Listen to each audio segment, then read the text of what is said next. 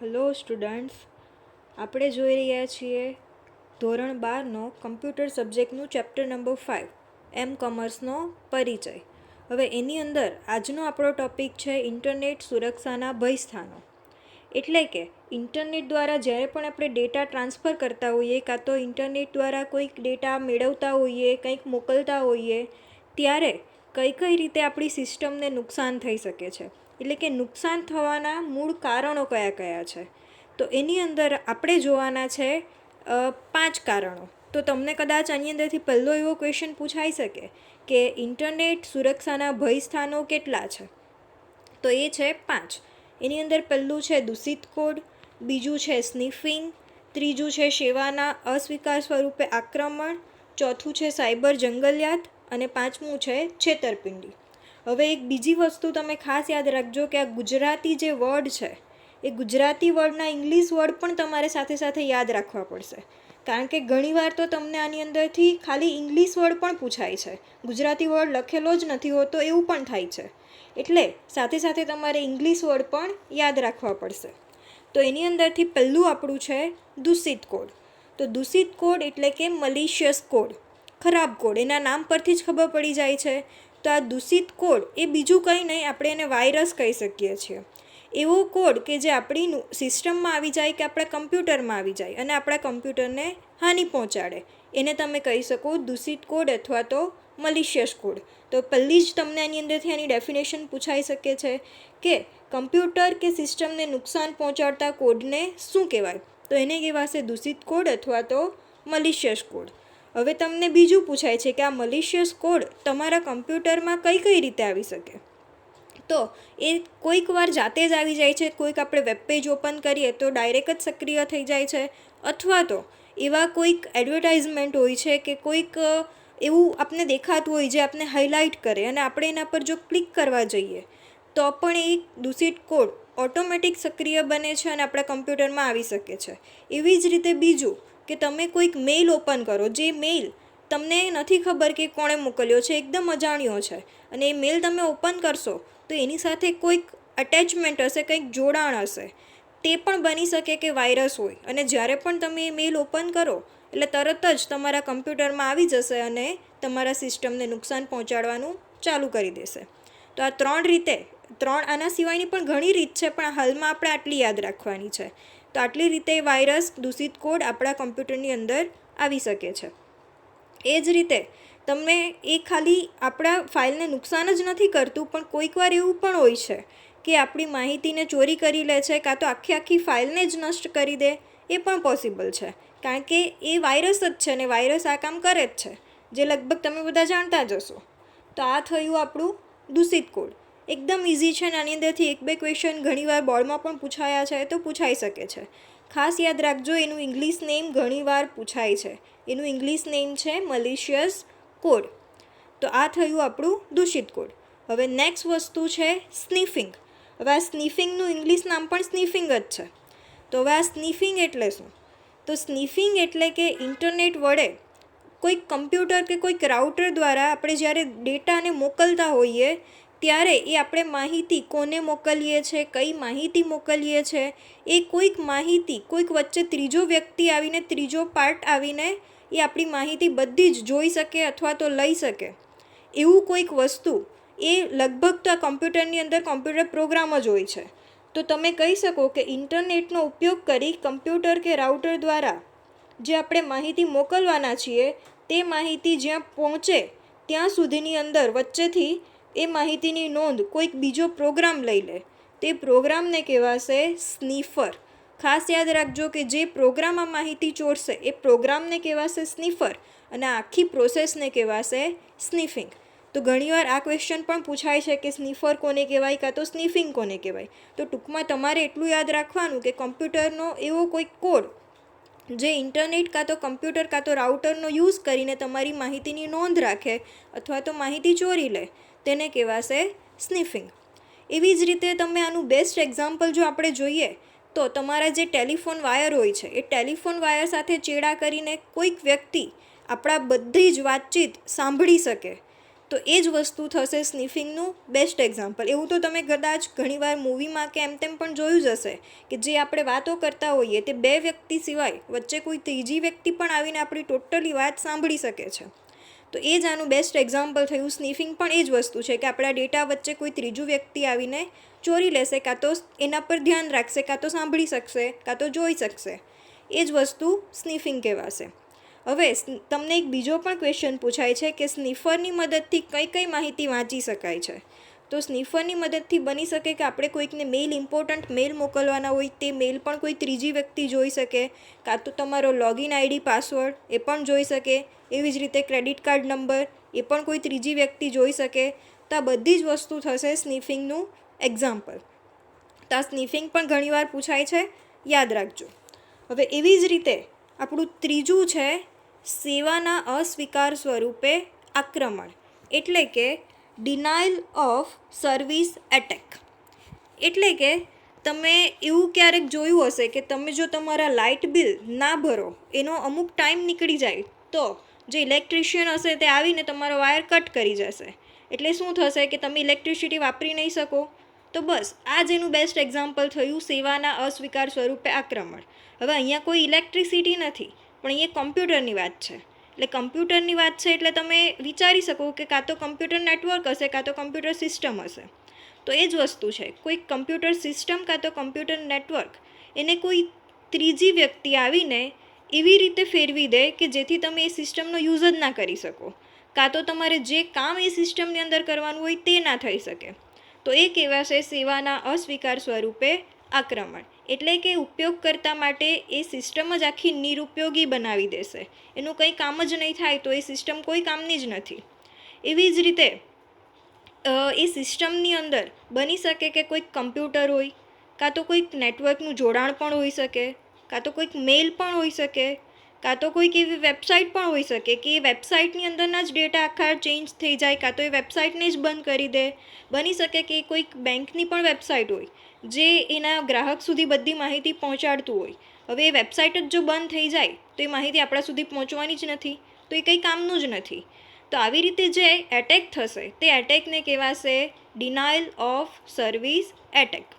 હવે આવી જ રીતે કાં તો એ આપણી માહિતીને જ નિરુપયોગી બનાવી દે, અથવા બની શકે કે એકસાથે બહુ જ બધા મેસેજ એકસાથે મોકલાવે.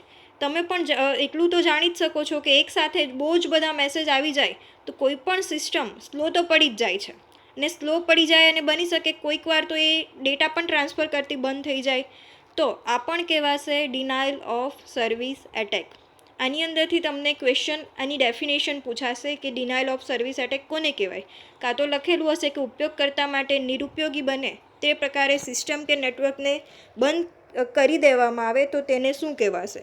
તો તેને કહેવાશે ડિનાયલ ઓફ સર્વિસ એટેક.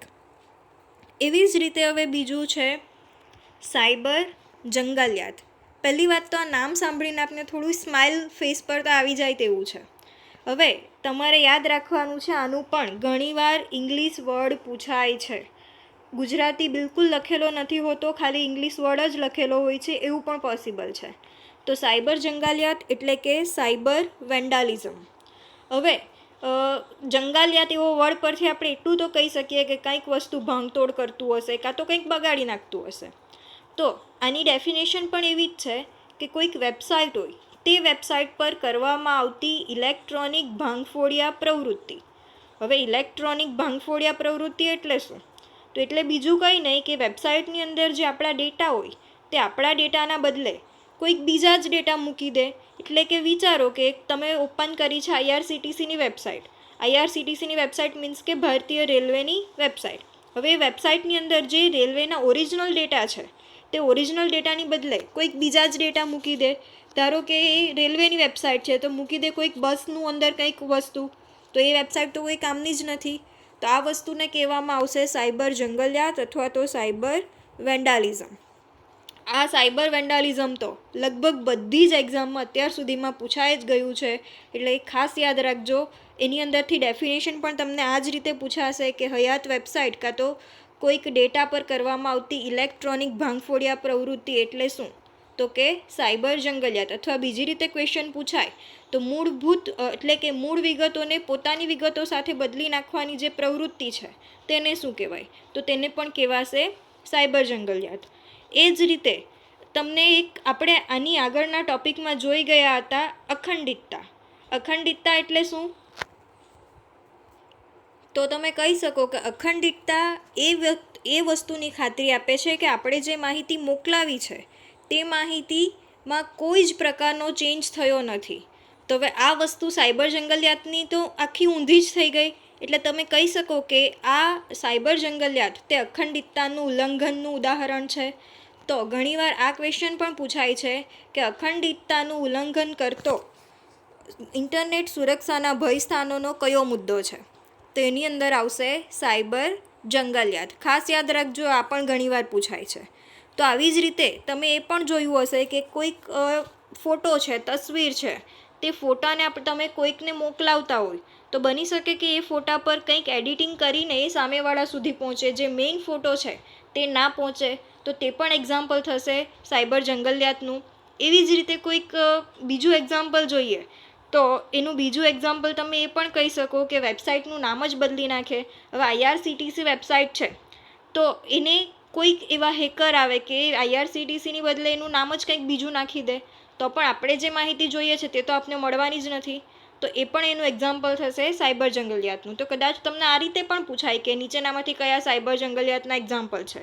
તો એની અંદરથી આ પણ આવી શકે, ફોટામાં બદલી નાખે છે, વેબસાઇટનું નામ બદલી નાખે છે, કાં તો ડેટા બદલી નાખે છે, એનું એક્ઝામ્પલ પૂછી શકાય. પણ આ સાયબર જંગલિયાત તો લગભગ બધા જ પેપરમાં અત્યાર સુધી પૂછાયું છે, તો વ્યવસ્થિત રીતે કરજો.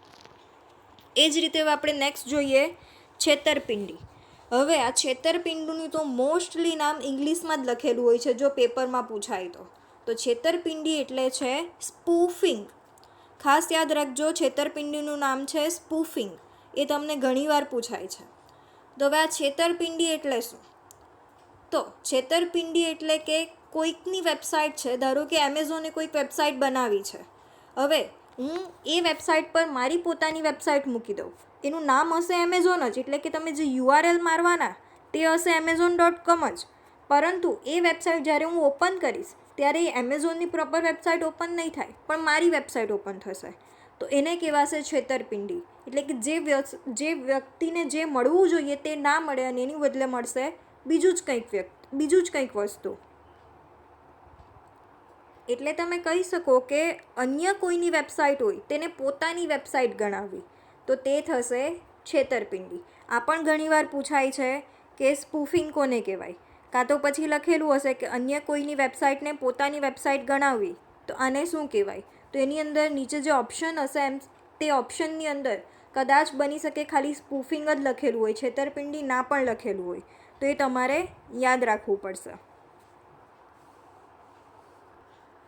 તો આ આપણા થયા ઇન્ટરનેટ સુરક્ષાના ભય સ્થાનો.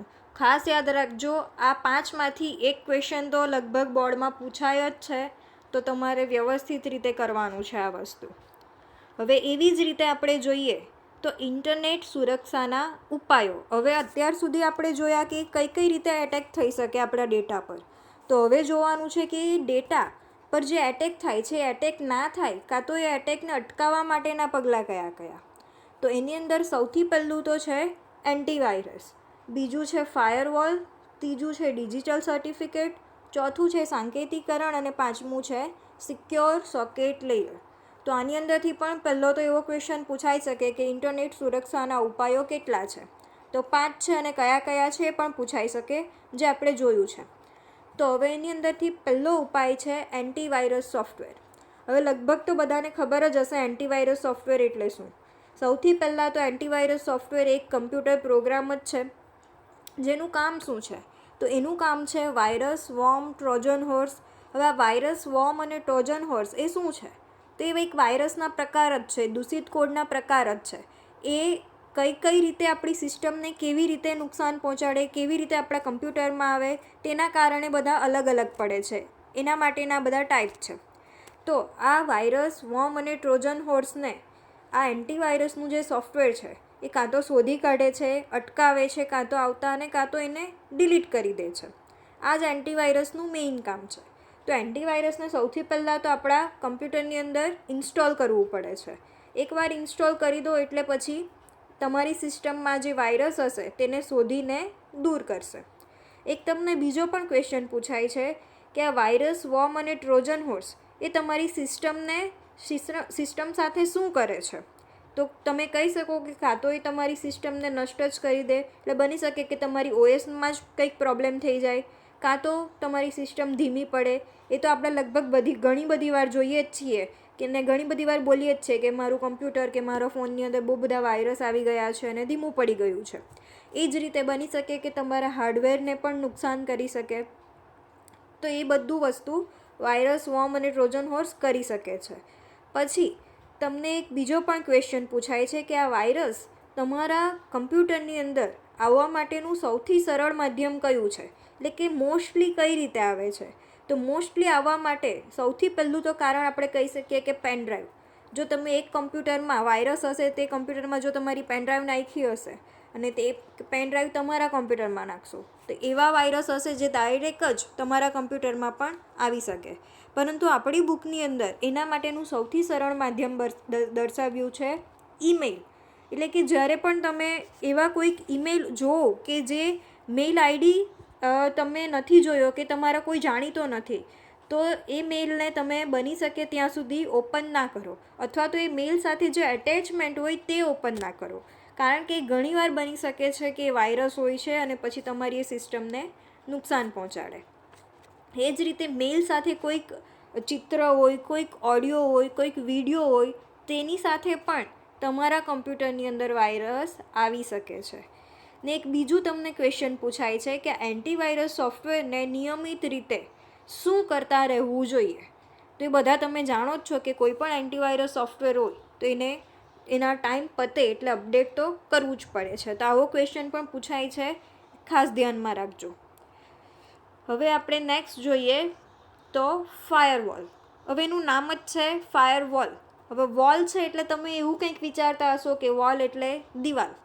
હા, એ એકચ્યુઅલીમાં દિવાલ નથી, પણ તમે એવું વિચારી શકો કે એ દિવાલ છે. જેવી રીતે તમારા ઘરની અંદર કોઈ બહારનું વ્યક્તિ ના આવે એના માટે આપણે દિવાલ બનાવેલી હોય છે, તો આવી જ રીતે છે આ કમ્પ્યુટરમાં પણ, કે જ્યારે આપણે ડેટા આપણા સંસ્થાની અંદરથી બહાર મોકલતા હોય કાં તો બહારના ડેટા આપણી સંસ્થામાં આવતા હોય, તો એ ડેટા પર ધ્યાન કઈ રીતે રાખવું? તો એના માટે કોઈક કમ્પ્યુટર હોય છે કાં તો કોઈક રાઉટર હોય છે, જેને કહેવામાં આવે છે ફાયરવોલ. એટલે કે તમારે જ્યારે ડેટા બહારથી અંદર આવતા હોય ને અંદરથી બહાર જાય, ત્યારે એ ડેટા સૌથી પહેલાં એ કમ્પ્યુટર કે રાઉટરની અંદર જશે. પછી એ ચેક કરશે કે આ ડેટા જ્યાંથી આવ્યા છે તે કોઈ અધિકૃત વ્યક્તિ છે, અનધિકૃત વ્યક્તિ તો નથી ને, ઓથોરાઇઝ છે કે નહીં, પછી એ ડેટા સાથે કોઈ વાયરસ આવે છે કે નથી આવતા. આ રીતે ટોટલી એ ડેટાની પહેલાં ચકાસણી કરવામાં આવશે. ત્યારબાદ જ એ ડેટા આપણી અંદરની સિસ્ટમમાંથી બહાર જશે અથવા તો બહારની સિસ્ટમમાંથી અંદર આવશે. તો આની અંદરથી પહેલો તો એવો ક્વેશ્ચન પૂછાય છે કે આપણી કોઈક સંસ્થાની અંદર અને બહારના નેટવર્કની વચ્ચે જે સુરક્ષા સીમા છે, તે સુરક્ષા સીમાને શું કહેવામાં આવે છે? તો એને કહેવામાં આવશે ફાયરવોલ. હવે તમે અહીંયા જોઈ શકો છો કે ડાબી સાઈડ જે દર્શાવી છે ફિગરની અંદર, ત્યાં લખ્યું છે લેન, એટલે કે લોકલ એરિયા નેટવર્ક, અને જમણી સાઈડ જે નેટવર્ક દર્શાવ્યું છે તે કે વેન, એટલે કે વાઇડ એરિયા નેટવર્ક. હવે આપણે લેન, વેન તો આગળ જોયું જ છે. એટલે કે લેન એટલે કે તમે કહી શકો કે તમારી સંસ્થાની અંદર જે નેટવર્ક હશે તે, અને વેન એટલે કે તમારી સંસ્થાની બહારનું જે નેટવર્ક છે તે. તો અહીંયા ફિગરની અંદર એ પણ દર્શાવ્યું છે કે વચ્ચે કોઈક દિવાલ જેવું કર્યું છે, એ દિવાલને કહેવામાં આવે છે ફાયરવોલ. પણ રિયલમાં કોઈ દિવાલ નથી હોતી, એ હોય છે કાં તો કમ્પ્યુટર કાં તો રાઉટર. પણ હાલમાં તમને સમજાવવા પૂરતું અહીંયા એક દિવાલ બતાવી છે. તો એના પરથી તમે એટલું તો જાણી શકો કે જ્યારે પણ ડેટા તમારા સંસ્થાની અંદર પ્રવેશતા હોય કાં તો સંસ્થાની બહાર જતા હોય, તો સૌથી પહેલાં એ ડેટા ક્યાં આવશે? આ વોલ પાસે આવશે, એટલે કે ફાયરવોલ, એટલે કે જે મશીન હશે ત્યાં આવશે. અને તે મશીનની અંદર ખાતરી થશે કે આ ડેટા વ્યવસ્થિત છે કે નહીં, એની સાથે કોઈ વાયરસ છે કે નહીં. જો વાયરસ એવું હશે તો એ ડેટા ત્યાંથી જ અટકી જશે, તો એ અંદર પણ નહીં જાય અને બહાર પણ નહીં જાય.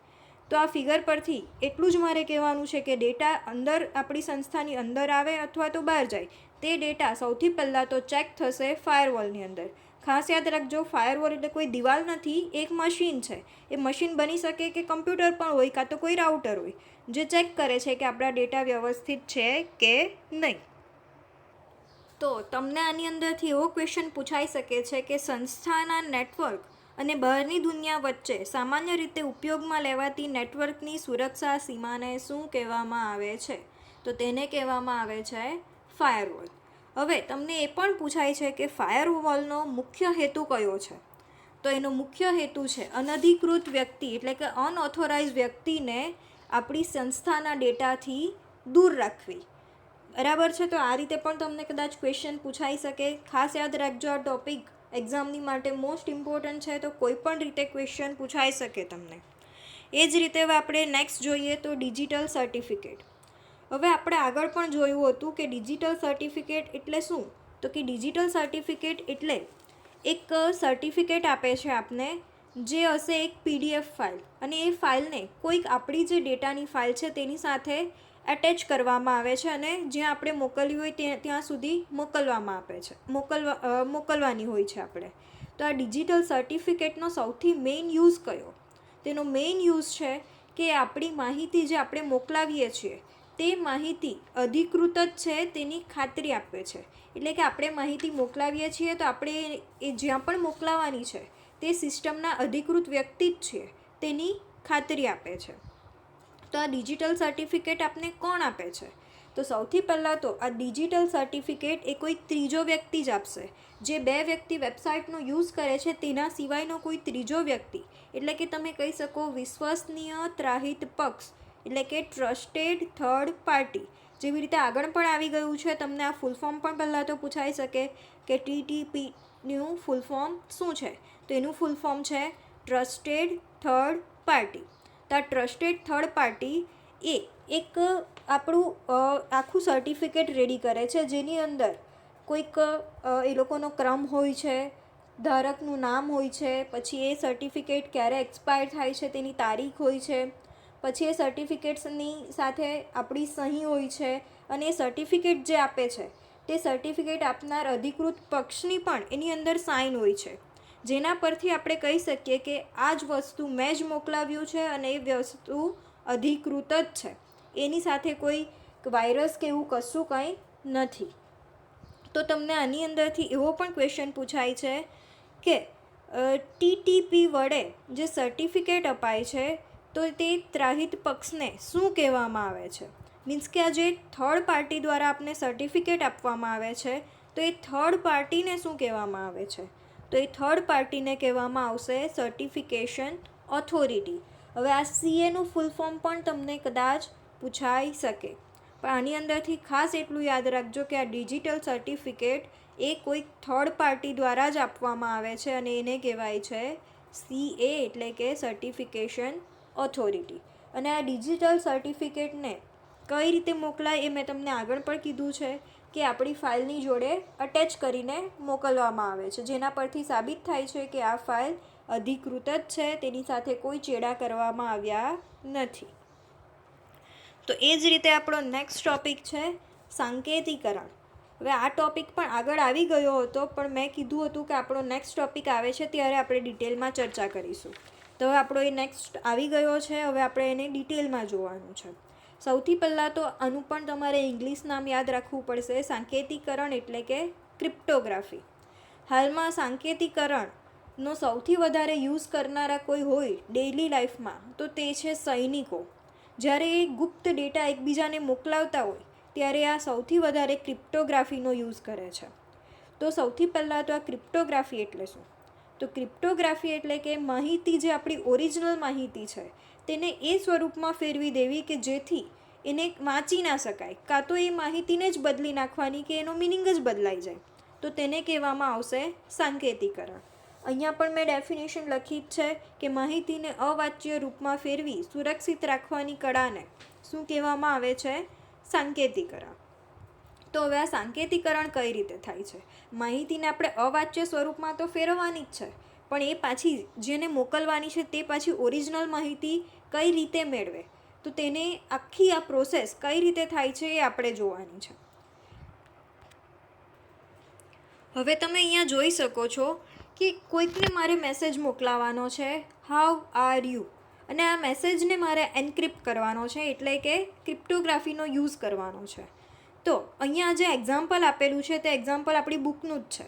તો એની અંદર જે મેસેજ છે હાઉ આર યુ, તે મેસેજને કહેવામાં આવશે પ્લેન ટેક્સ્ટ. ખાસ યાદ રાખજો, આ બધા જ વર્ડ તમને કોઈકને કોઈક રીતે પૂછાય છે. તો પહેલું તમારી ડેફિનેશન આવી પ્લેન ટેક્સ્ટ. પ્લેન ટેક્સ્ટ એટલે શું, તમને ક્વેશ્ચન પૂછાઈ શકે.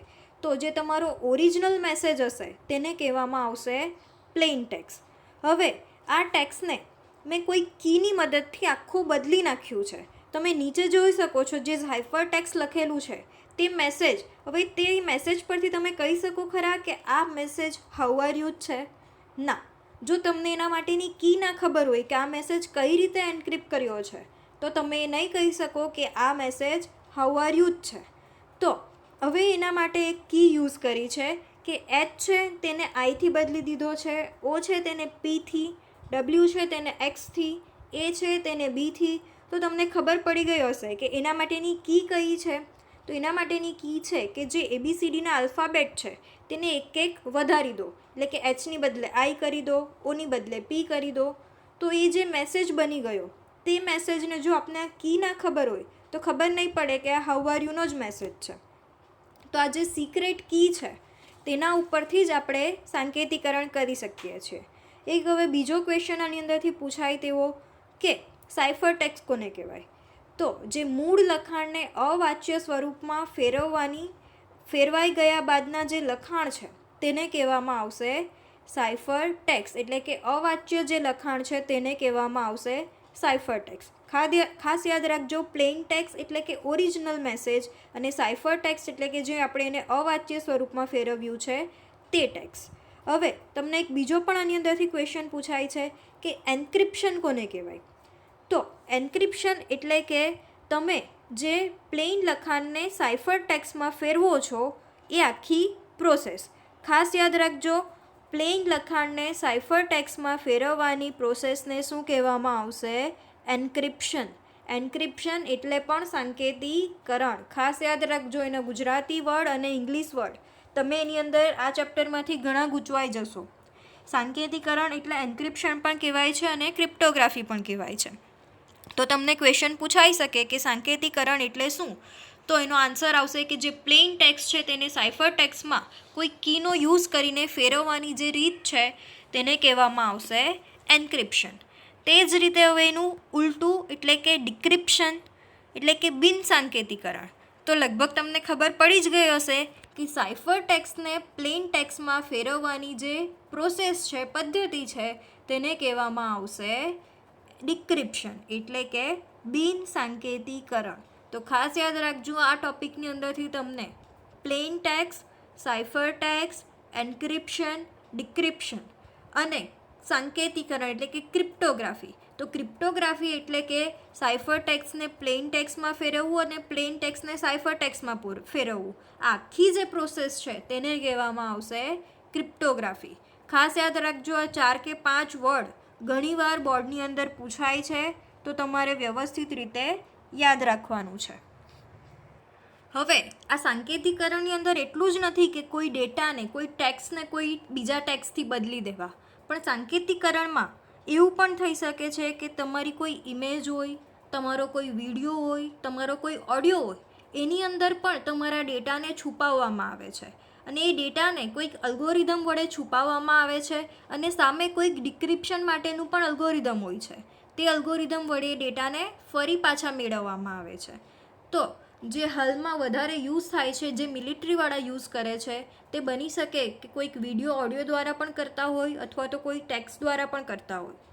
તો હવે તમને એક બીજો પણ ક્વેશ્ચન પૂછાય છે કે મૂળ લખાણને પાછું મેળવવા માટે શેનો યુઝ થાય છે? તો ઓફકોર્સ તમે કહી જ શકો છો કે પાછું મેળવવા માટે શેનો યુઝ થાય છે? આ ગુપ્ત જે કી છે તેનો યુઝ થાય છે. પણ આની અંદર એટલું એક આપણે ખાસ ધ્યાન રાખવાનું હોય છે કે જે આપણી આ ગુપ્ત કી છે તેને કોઈને મળી ના શકે તે રીતે સામેવાળાને પહોંચાડવી પડે છે.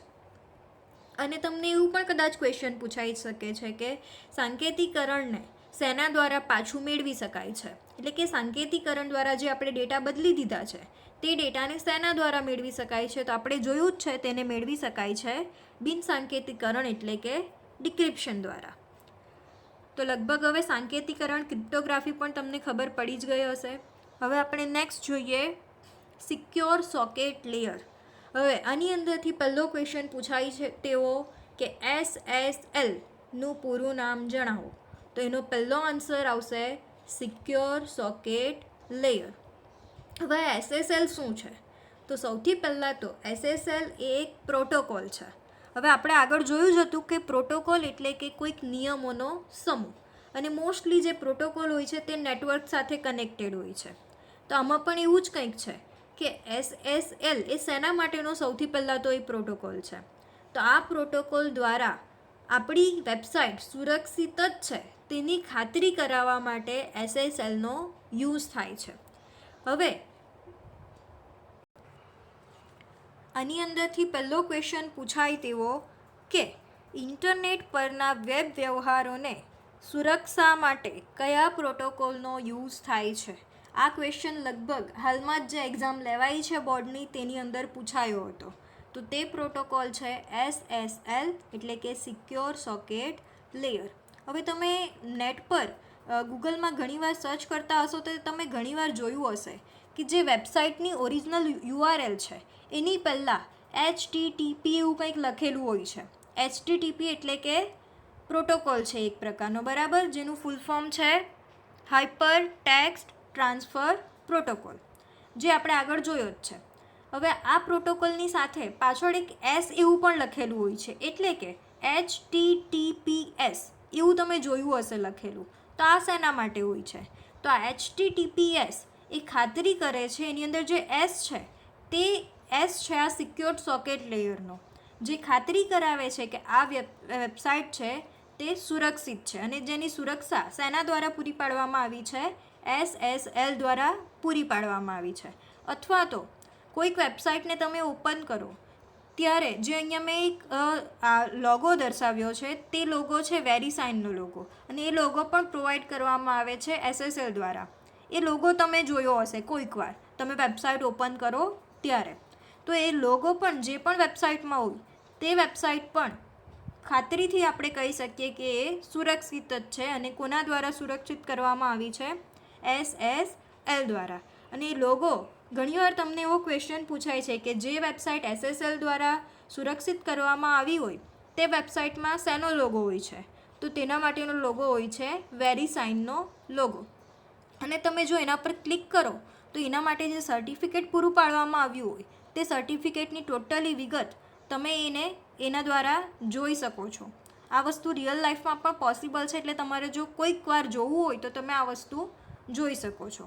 અને બીજો ક્વેશ્ચન તમને આની અંદરથી પૂછાય છે તેવો કે SSL દ્વારા કોઈક વેબસાઇટને સુરક્ષિત કરવામાં આવી હોય તો ત્યાં તે વેબસાઇટના URLની આગળ શું લખેલું હોય છે, કાં તો એ વેબસાઇટ શેનાથી શરૂ થતી હોય છે? તો એનો આન્સર આવશે HTTPS. ખાસ યાદ રાખજો, અહીંયા S છે સિક્યોર સોકેટ લેયરનો. અને એક બીજો પણ ક્વેશ્ચન આની અંદરથી પૂછાય છે કે SSLની રચના કોના દ્વારા કરવામાં આવી છે? આ ક્વેશ્ચન પણ ઘણીવાર પૂછાય છે. તો એનો આન્સર આવશે નેટસ્કેપ, એટલે કે નેટસ્કેપે SSLની રચના કરી છે. તો આજે જે આપણે ટૉપિક જોયા એ 2 ટૉપિક જોયા છે, પણ એની અંદરથી ઘણા બધા ક્વેશ્ચન અત્યાર સુધીમાં બોર્ડમાં પૂછાઈ પણ ગયા છે અને હજી પણ પૂછાશે તેવા છે. એટલે આ 2 ટૉપિક આ ચેપ્ટરમાંથી એકદમ વ્યવસ્થિત રીતે કરજો. ઘણીવાર પૂછાયો છે તો પૂછાઈ પણ શકે છે, અને એમાં તમારા માર્ક્સ ના જવા જોઈએ, કારણ કે આ 2 ચેપ્ટર E-કોમર્સનો પરિચય અને M-કોમર્સનો પરિચય આખા સિલેબસની અંદર સૌથી ઇઝીમાં ઇઝી ચેપ્ટર છે. તો આની અંદરથી તમારા માર્ક્સ ન જવા જોઈએ. તો ઓકે, આજના વિડીયો પૂરતું આટલું જ. હવે પછીનું જોઈશું નેક્સ્ટ વિડીયોની અંદર. Okay, good bye, take care and stay home, stay safe.